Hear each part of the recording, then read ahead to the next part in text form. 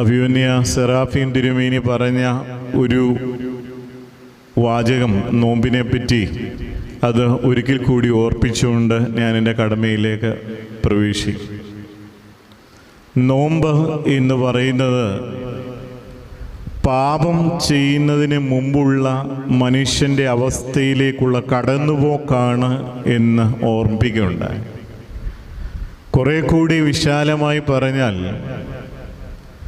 ആദിമപിതാക്കന്മാർ Eden തോട്ടത്തിൻ്റെ അവസ്ഥയിൽ ജീവിച്ചിരുന്ന ആ അനുഭവത്തിൻ്റെ മുന്നാസ്വാദനമാണ് നോമ്പ്.